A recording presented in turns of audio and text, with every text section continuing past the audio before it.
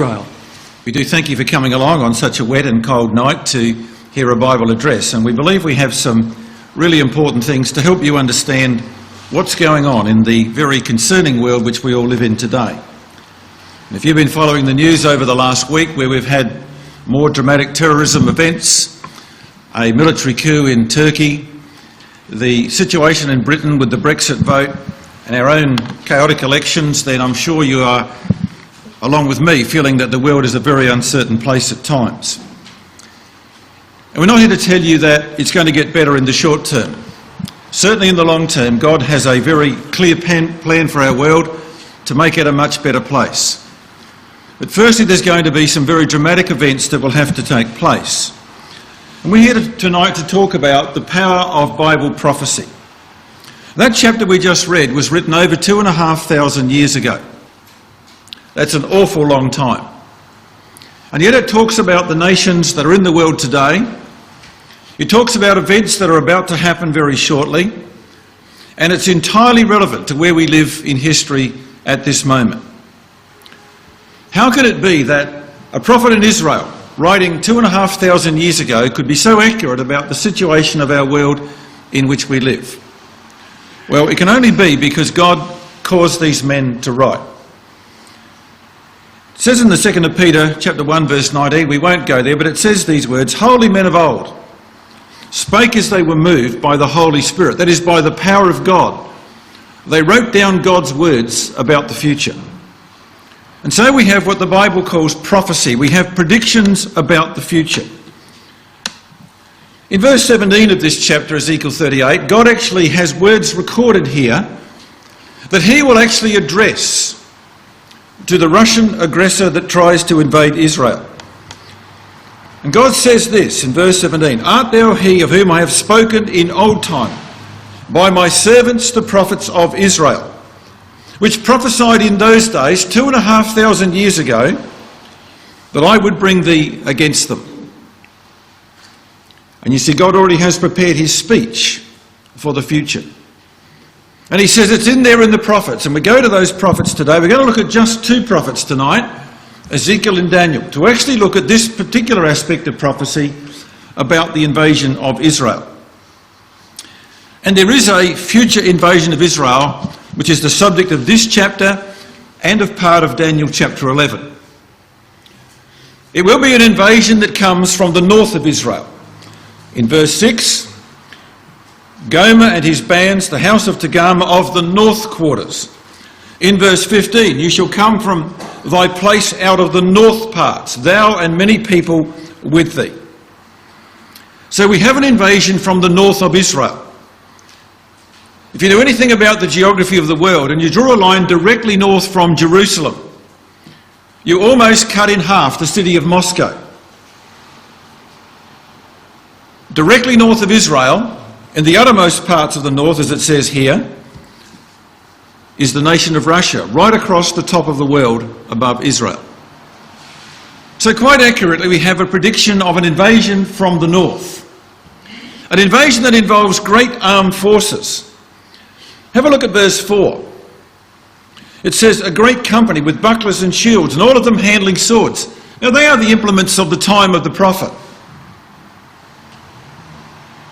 We understand, of course, that the weapons that will be used in our day will be vastly different, but no less weapons of war. We're told in Daniel 11 there will be many ships. Russia has, in the last 30 years, completely revamped the power of its navy. And there's going to be a massive earthquake when God intervenes in this war. And that's we described in the latter parts of the verses. And that is what the Bible calls Armageddon. And we'll talk more about that later on. So in chapter 38 and chapter 39 of Ezekiel, we have a very clear prophecy about a future invasion of Israel. The theme is clearly an invasion. When you go through this chapter, it talks about an army being dragged by God into the Middle East.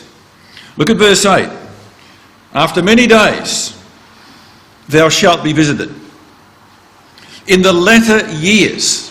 Now there's a phrase that you find that comes up a couple of times in this chapter, in the latter years. It's again in verse 16. So this prophecy wasn't for Ezekiel's days. This was for a time long distant from Ezekiel. And the Bible says the latter days are the days that you and I live in. So here is a prophecy for today. And it's a prophecy about an invasion. Verse 16, you shall come up against my people of Israel as a cloud to cover the land, like a storm cloud coming in with great devastation. So the theme is an invasion of Israel. The aggressor, well, who's the chapter addressed to? Who is God talking to when he gives these prophecies? Well, it's there in verse 2. Set thy face against Gog of the land of Magog, the chief prince of Meshech and Tubal, and prophesy against him. So the power that God is talking to in this chapter is the aggressor that he calls Gog. We'll explain that in a moment. Where from? Well, from the north, as we said in verse 15, out of the north parts. The motivation. Well, the motivation is spoil. Look what it says in verse 12. To take a spoil and to take a prey. Now, the idea of taking a prey is going on the hunt for something. To turn thine hand upon the desolate places that are now inhabited. Upon a people that have gotten cattle and goods that dwell in the midst of the land. And they are accused of coming there for spoil. That is, to take and plunder the riches of the land of Israel and other countries round about. So the motivation is spoil and control. The destination, clearly in this chapter, Israel. And when we go to Daniel 11, you'll also see there that Egypt is also one of the targets. We need to put the two records together to get the total picture of what's going to happen. So when we talk about this aggressor being Gog, why do we say that this is Russia? Well, I want you to notice verse 2 again, because here we have the power that God addresses in this chapter. We have this power defined for us. Gog, the land of Magog, the chief prince of Meshech and Tubal. Now let's look at those terms. What we first need to do is to actually note that in the King James Version that many of us have, there is a word, there is a name that has been translated.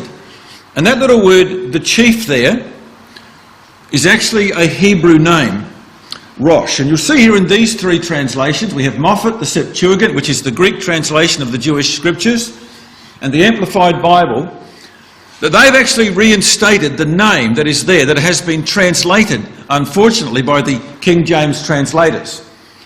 So the Moffat says, Gog in the land of Magog, the prince of Rosh and Meshech and Tubal. Septuagint has Gog and the land of Magog, Rosh, prince of Meshech and Tubal, or Thobal. In the Amplified Bible, Gog of the land of Magog, the prince of Rosh, of Meshech and Tubal. So the word chief that you have there is actually a Hebrew name, Rosh. And it should have been left as a name in the translation, as those translations correctly show it. So we have a list of names here. Gog, the land of Magog, Rosh, Meshech and Tubal. Let's look at those names and work out what we can derive from them. Now the Gog of the Bible that we find here in Ezekiel 38, the word Gog means the roof or one at the top or a dominant person, a leader. It has the sense of a dictator. In the Bible, you may be familiar with the book of Esther. In the book of Esther, there is a character there called Haman who set about to try and destroy the Jewish people by trickery over the king of Persia. And he was an Agagite. In other words, he was one of the ruling family of the Amalekites. Now, the Amalekites were a Bible people who called their kings Agag, which was a very similar Hebrew word to Gog. So we have here somebody that is picking up a Bible title, picking up a Hebraism which indicates somebody who is a dominant leader who hates Israel. And that's the sense of what we get from Gog. So it's God's title for this dominant leader who organises many other nations with the intent of invading the Middle East and destroying the nation of Israel. That's what the Amalekites, the Agagites in the past always tried to do.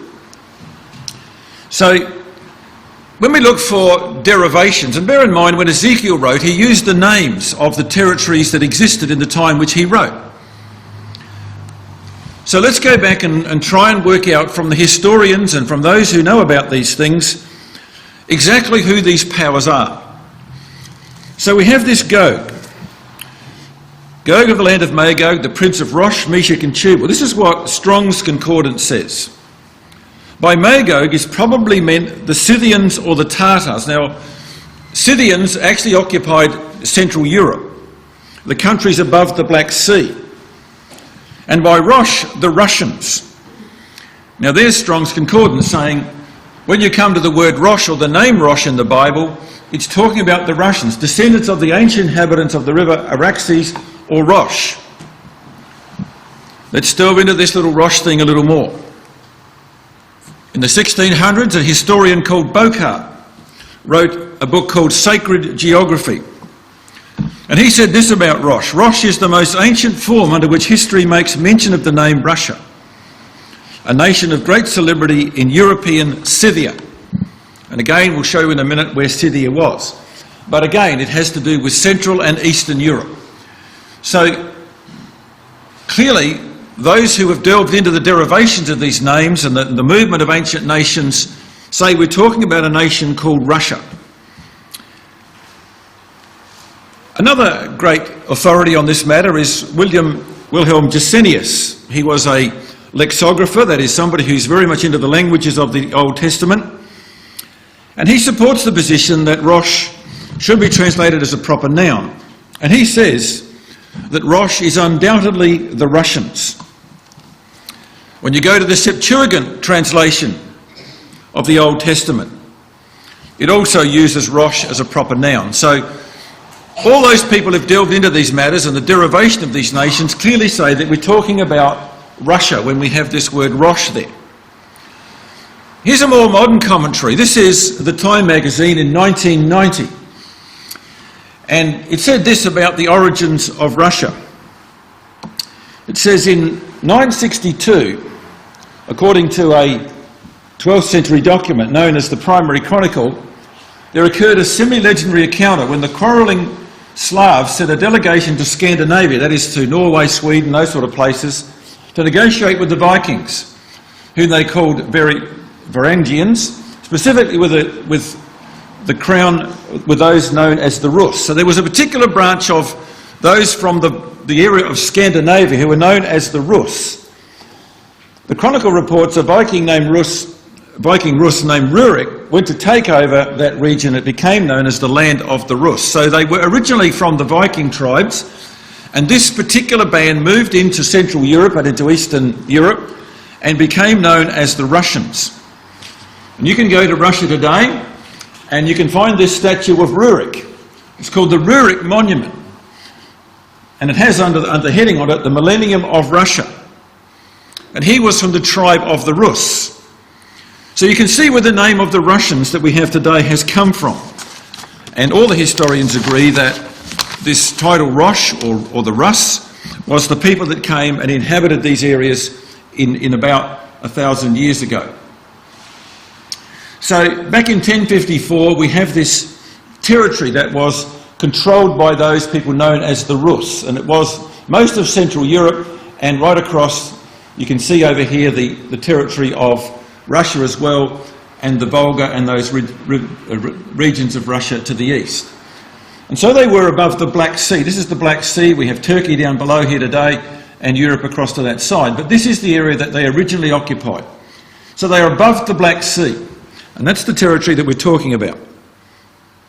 So there's really not any doubt that we have here a description of modern Russia. The aggressor in Ezekiel 38 is called Gog, which is the dictator. The land of Magog, which is ancient Scythia, which is Central Europe. The chief prince of Rosh, which is Russia, and of Meshech and Tubal. And those are the ancient names of Moscow and Tobolsky, which was the capital of Siberia.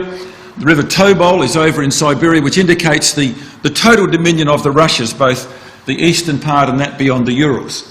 So we have here this description of this aggressive power in Ezekiel 38, using the ancient names but traceable down to our day to day. So we can confidently say that God was talking about Russia in our day.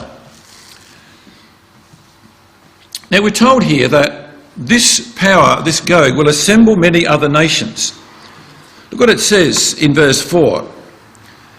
It says, I will turn thee back and put hooks into thy jaws. So God will actually bring them forth. God will cause these things to happen. Your army, with their horses, horsemen, even a great company. And we have in verse 5 and 6 a list of the nations who will join willingly in the confederacy with this invading power. And these are the nations. So coming from the area of Central Europe, this is where Scythia used to be, up here in this area here.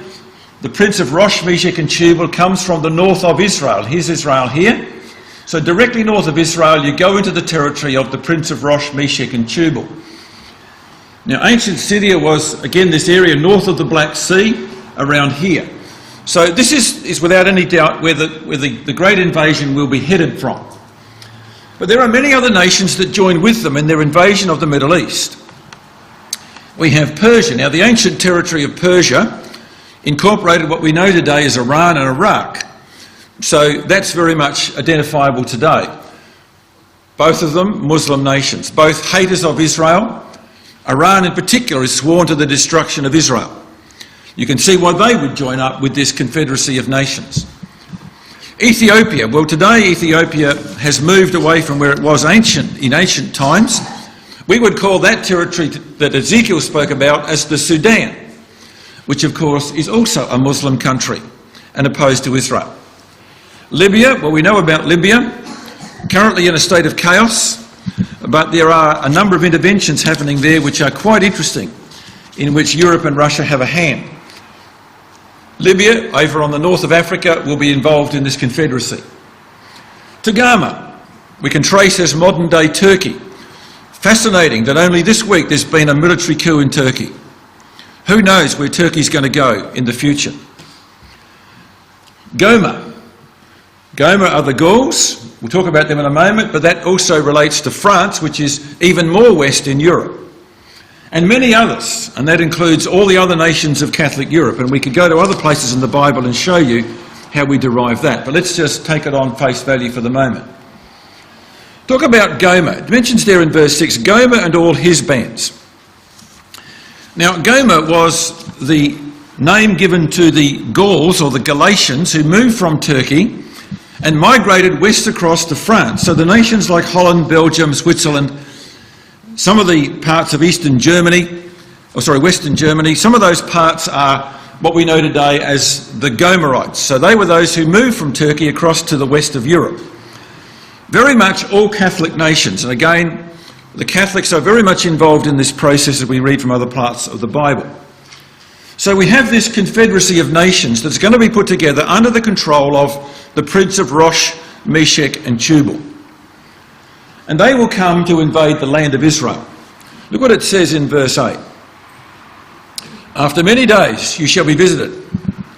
In the latter years thou shalt come into the land that is brought back from the sword, and is gathered out of many people against the mountains of Israel, which have been always waste. But it is brought forth out of the nations, and they shall dwell safely, all of them. So there's no doubt that we're talking about the nation of Israel. I want you to notice a few things from verse 8 that were prophesied 2,500 years ago. Number one was that they would be scattered from their land and brought back. The Romans in AD 70 dispersed the Jews all over the world. Their land was taken over by other people. Remarkably, in the last century, the Jews came back into their land, established a nation, and have survived all the attempts by the Arabs to remove them. They're now regarded as perhaps the fourth or the fifth most potent military force in the world. They're a very significant factor in world affairs. They're always in the newspapers. God says that land of Israel that was laid waste for thousands of years, would come back and become a mighty nation at the time of the end, in the latter days. They're gathered out of many people. You know, the Jews claim that they have brought back their people from some 150 odd countries. And God nominated the name of the state in verse 8, the mountains of Israel. There was a lot of debate at that time, in 1948, when they gained their independence, what they would be called. Under the British Mandate, which went from the 1917 onwards, that country was called Palestine. There was a lot of debate what they would call the new nation. In 1948, when the United Nations gave them their independence. Finally, they came up with the name Israel. In fact, they used the very words, the mountains of Israel, Eretz Israel. And God had said a long time ago that that's what they would be called at the time of the end. So God was foreseeing all these events, and they would dwell safely, all of them. And the word safely there has the idea of confidently. And the Jews are very confident. Now that the Arabs are all fighting each other, the Jews are very much strengthened in their position in the Middle East. So God had it right, and that's exactly the time when he said that the invasion would come. Because in verse 9, he says to Gog, to Rosh, you shall ascend and come like a storm, as a cloud to cover that land. Thou and all thy bands and many people with thee. So all these nations are going to confederate under Russia's control, and they will come into the Middle East by way of invasion. Now notice it says in verse 11, that you will say, I will go up to the land of unwalled villages. The Time magazine publishes aerial photographs which you have to guess where it is. And one of the unusual photographs they put in a recent magazine was this one. Where in the world is this? Well, there's a village in Israel. Israel is known for its kibbutz system. And part of its re-establishment has been to establish these agricultural communities where the community things are all in a circle and the fields radiate out from that. And God predicted that, a land of unwalled villages. They would be known, the only nation in the world to have that system of farming. And God said, they will be having cattle and goods and dwelling in the midst of the land in verse 12. So we have this great prophecy about how the land would be organised. And then we have in verse 10 the thinking of the aggressor, the thinking of Russia as to why they would invade. Well, here's some of the things. It says in verse 10, you shall think an evil thought. So the motivations are here. Think of the value, if you were Russia trying to conquer the world or take control of the Middle East at least, one thing you would go for would be the Suez Canal. Their navy is largely concentrated in the Black Sea. To get out of the Mediterranean, you've got to go through Gibraltar, which the British control, or you've got to go out through the Suez Canal, which the Egyptians control. If you're going to make a move for a military conquest in the Middle East, you need control of the Suez Canal. So one of the things they're going to go for is the Suez Canal. Israel has developed incredible technology. So many things, so many wonderful inventions that we have in the world today come from the Jews and their brilliance in scientific affairs. Just go back some time and look how many Nobel Prize winners have been Jews. Far out of proportion to all the other nations of the world. In Jerusalem, there are many holy sites that are in great dispute amongst the churches, between the Arabs and the Jews, and the Russian Orthodox Church has claims on many sites that the Jews don't agree with. There is oil in the Middle East which can be used to strangle the world's economy. If you're old enough to remember the 1970s with the oil embargoes that we had, you know what a devastation that can cause to the economy. The nation of Egypt through the 60s and the 70s borrowed heavily from the Russians to fight wars against Israel and lost them dramatically. The Russians built the Aswan Dam on the Nile, for which they never got paid.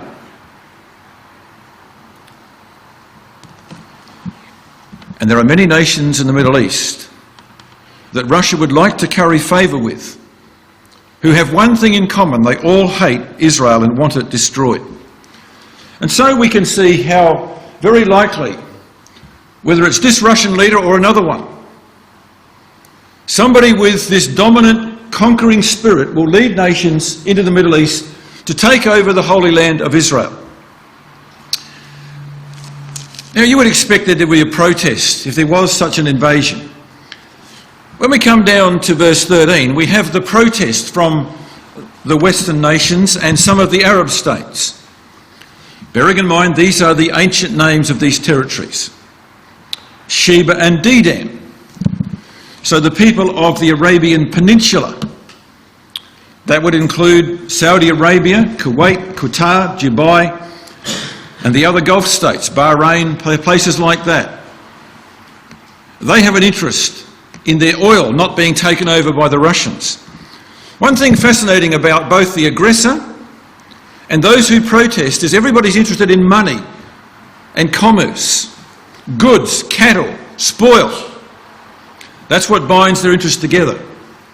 But there will be protest voices, and from outside the area we have Tarshish. It says there, the merchants of Tarshish with all the young lions thereof shall say unto thee, art you come to take a spoil? Has you gathered thy company to take a prey, to carry away silver and gold and cattle and goods, and to take a great spoil? So who is this power Tarshish? Who is this old lion? Well, you don't need to go very far into the symbology or heraldry of the nations to find out who the old lion is. Because you can go to Buckingham Palace, and what's right outside the gates? Enormous lions.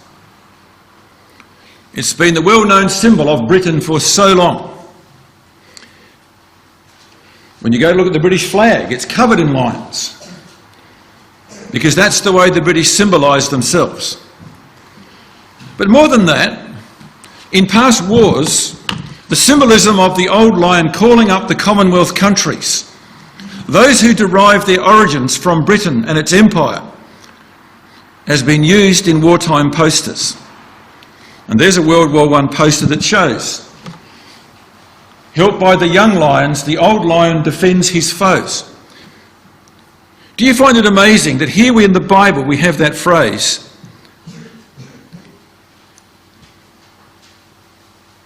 the merchants of Tarshish with all the young lions thereof? So you have an old lion calling the young lions, trying to gather the support of the Commonwealth countries. Christadelphians have been saying for 160 years that at the time of the coming of Christ, Britain will not be wedded and welded to Europe. We've been saying that for 160 years, that at the time of the end, in the latter days, Britain will not be part of Europe. For the last 43 years, we've watched Europe try to absorb Britain into the European Economic Community. And you may be aware that in the last couple of weeks, they voted to leave, the Brexit. The situation is now becoming extremely right, where England can stand apart from the European nations that will join with Russia and protest about this invasion in the Middle East. And we've been waiting for that for a long time, and it's now happened in our lifetimes. It's happened before our eyes in the last few weeks, that Britain is now separate from that. So Britain, the old lion and the young lions will protest. And these are just a number of posters about that. A family council, there are the Commonwealth countries with the old lion in the centre. It's incredible, isn't it, how the Bible picks up this symbology that's come down through the centuries to today, because it's describing things in our times. Now I want you to come and look at Daniel chapter 11. Just keep a marker there if you can in Ezekiel. We'll come back to that in a moment, because in Daniel 11 we have a complementary prophecy that talks about exactly the same events that we've just looked at in Ezekiel 38. It gives us the conclusion of the matter, and then we'll go back to Ezekiel 38 and see how that is described in the same terms in Ezekiel 38. But we're looking at nations that we've actually identified, Tarshish being the power of Britain, France, Belgium, Luxembourg, these countries which are Gomer, Magog, Central Europe, Germany and the other nations here, Rosh, Meshech and Tubal, all under the control of a dominant leader called Gog. Turkey here, which we believe will be the first country to fall under this invasion, and then the Middle East below that. But when we come to Daniel chapter 11, we have a complementary prophecy that we need to understand. Now let me make some statements about Daniel 11, which might be a little hard to understand. I'm going to ask you to take some of them on face value. We don't have the time tonight to deal with them in depth. Daniel 11 is recognised by historians as one of the most incredible prophecies in the Bible because it traces the history of the ancient nations of Greece and Persia and Rome over a period of some 700-800 years. And with remarkable accuracy, it actually makes 64 individual prophecies, every one of which has come to pass with great precision. But Daniel, who was listening to this, being delivered by the angel Gabriel, became worn out with trying to take in the quantity of detail that he was getting. And so what the angel did was to just go to the end of the story. He could have gone on describing the events of the next 2,500 years to Daniel. But he chose to jump right to the end of the story and said, this is how it's going to finish, Daniel. And so we have the finish of God's plan at the end of Daniel chapter 11. If you look at verse 40, it says, and at the time of the end. Up until then, we have the history right down to the time of Christ and a bit beyond. And then he jumps right 2,000 years forward to the time of the end. The chapter is described in the terms of the kings of the north and the kings of the south. And these are successive powers that occupied the territory north of Israel and south of Israel. After Greece and Persia have been mentioned at the start of the chapter, no other power is nominated by name. It's just this king, that king, north, south, north, south. And the nations that occupy those territories change as time goes by. So we come to verse 40, where Gabriel has now jumped down to the time in which we live. There is a Bible principle that I'll just put before you. A Christadelphian 160-odd years ago said this. In speaking of the events of these latter days, that is, remember Ezekiel talked about the latter days that we live in? The prophets refer not to the races of men, but to the powers on the territories. So the key to understanding Daniel 11 is to say, God doesn't tell you the name of the powers here. He just says the person in occupation of the north or south of Israel. The powers on the territories designated by the names of the peoples who anciently inhabited them.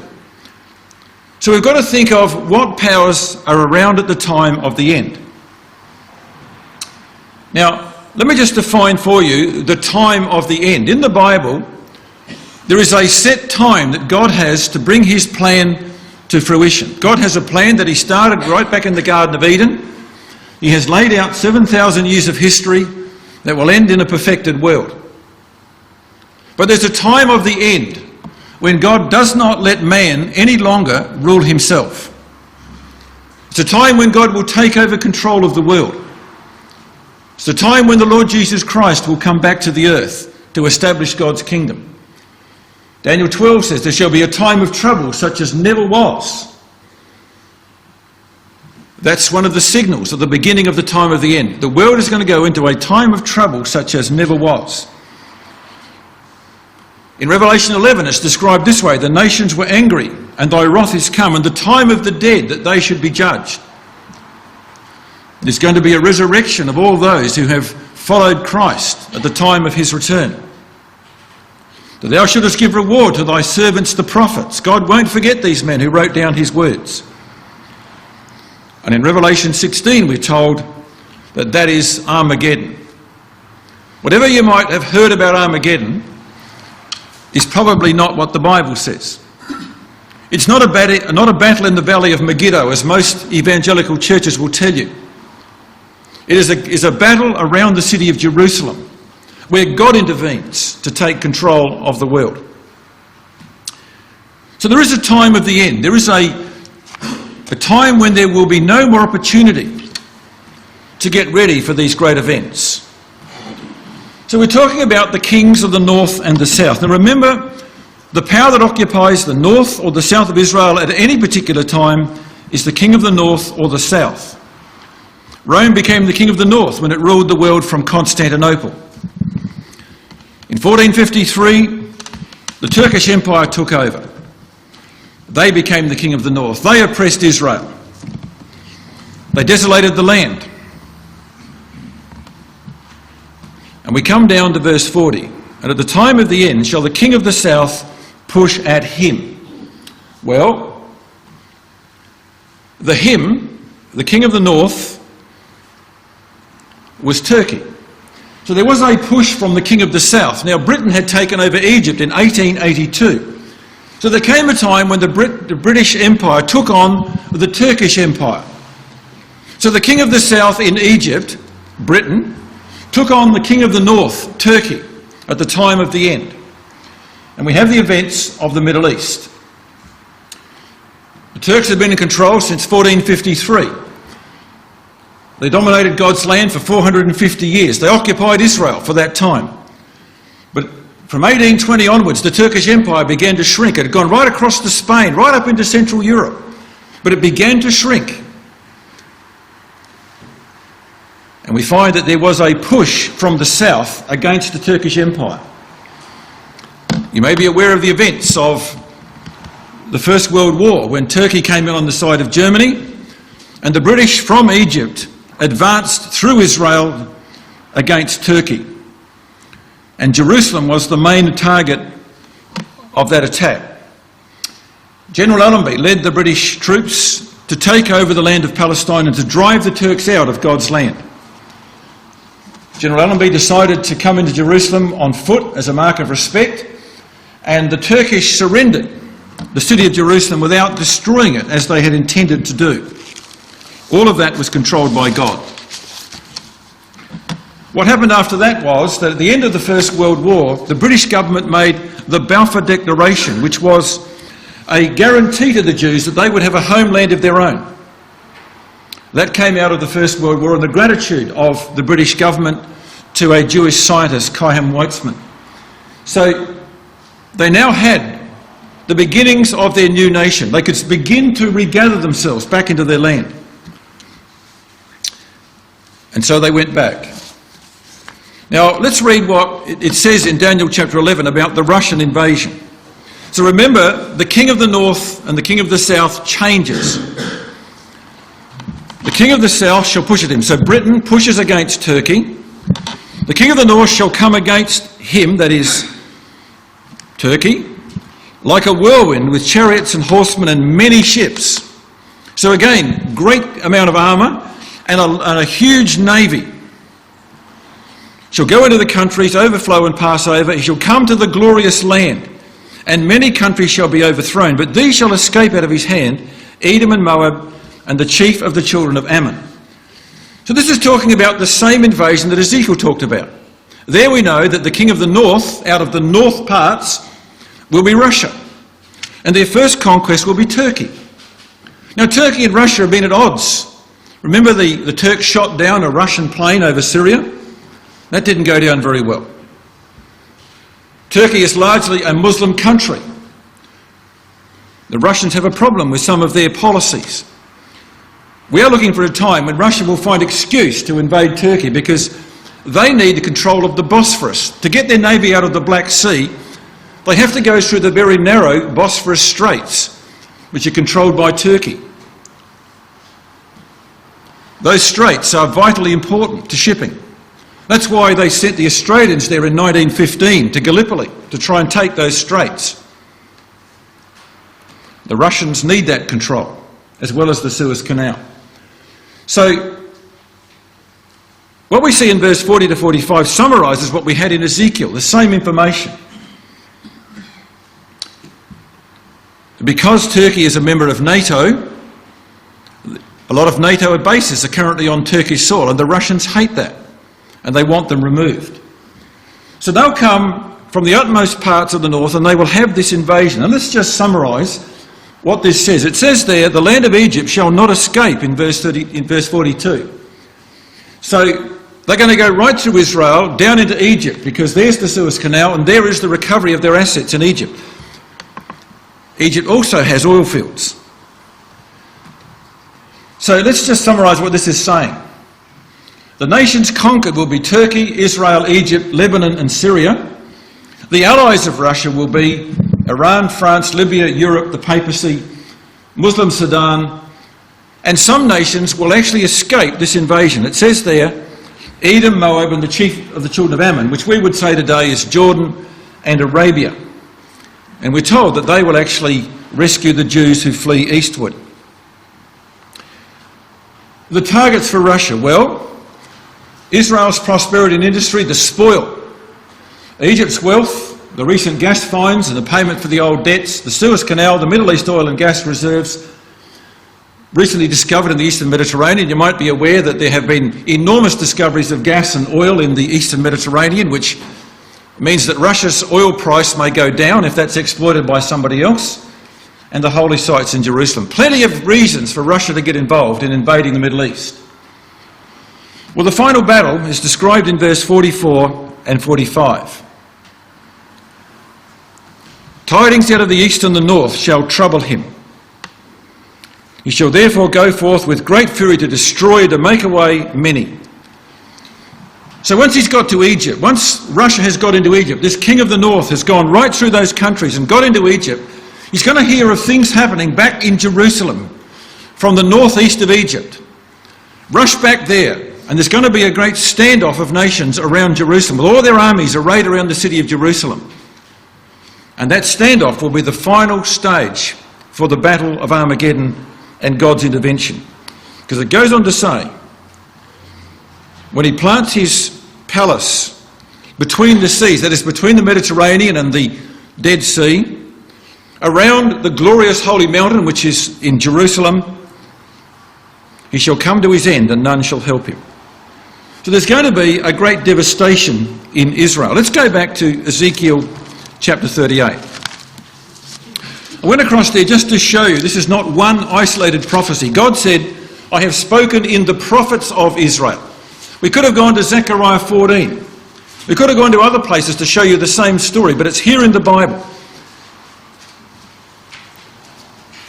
So God's battle with Gog. Well, you don't need me to interpret what God's going to do to this aggressor that comes into Israel.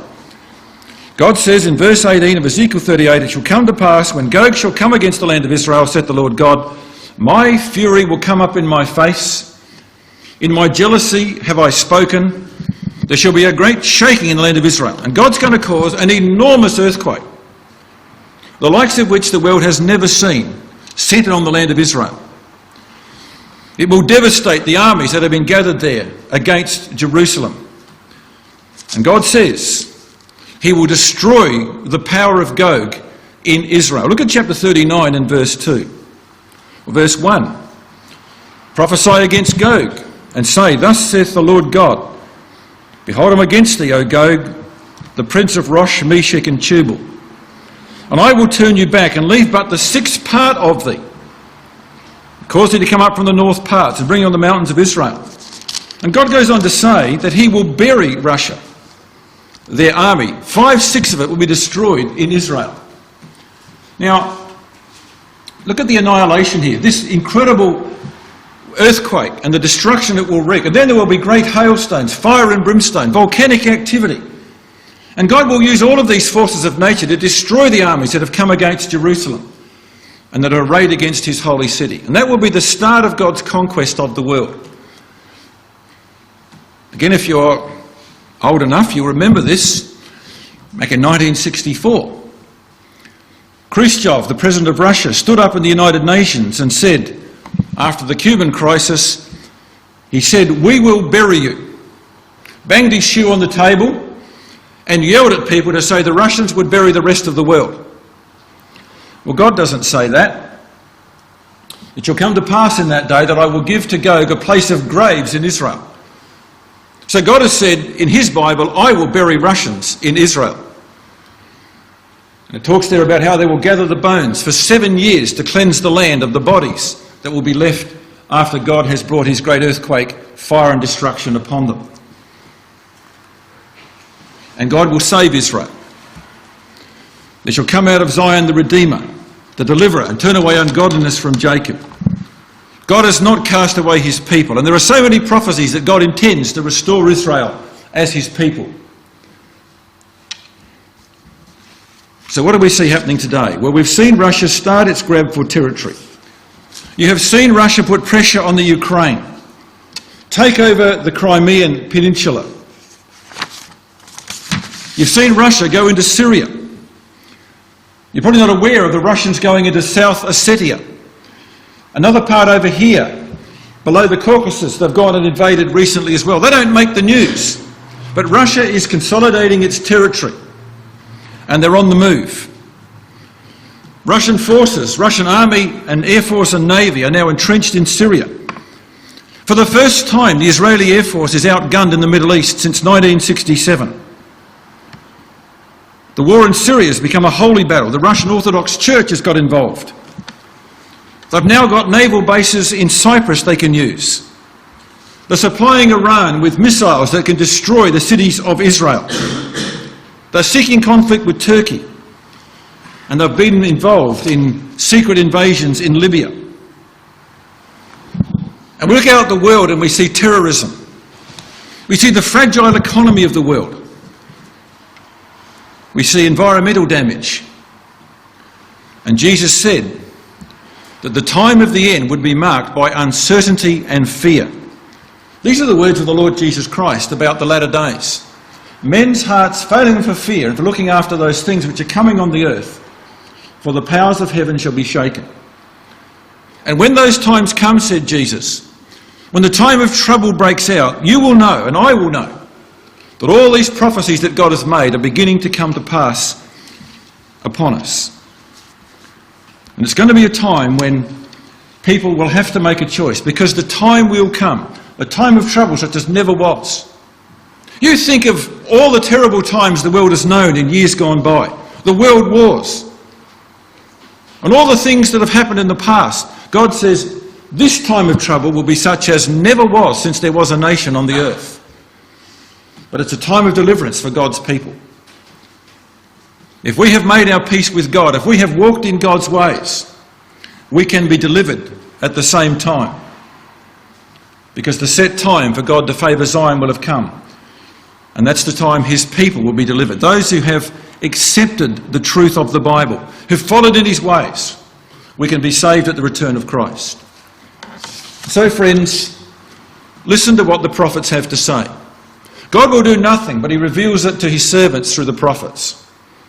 God has spoken by the mouth of all his holy prophets since the world began. Tomorrow's headlines are written here in prophets that wrote 2,500 years ago. Where to from here, friends? Well, we've had to gloss over many things. We've had to make a number of assumptions. We would love to spend time with you, perhaps in the privacy of our homes or somewhere of mutual agreement where we can sit down with our Bibles open and calmly go through all the detail of the things that we've said tonight, and to show you how you can have a part of these things. Don't put it off, friends. Everything we see happening is bringing these events to a culmination in our time. The warning is, don't get caught out by delaying. Jesus said this, watch and pray always, that you may be accounted worthy to escape all these things that shall come to pass on the earth, and to stand before the Son of Man. You have that opportunity. All we can do is to ask that you give us the chance to show you what the Bible offers you by way of hope for the future. We thank you for coming, and we trust you find that of interest. Thank you.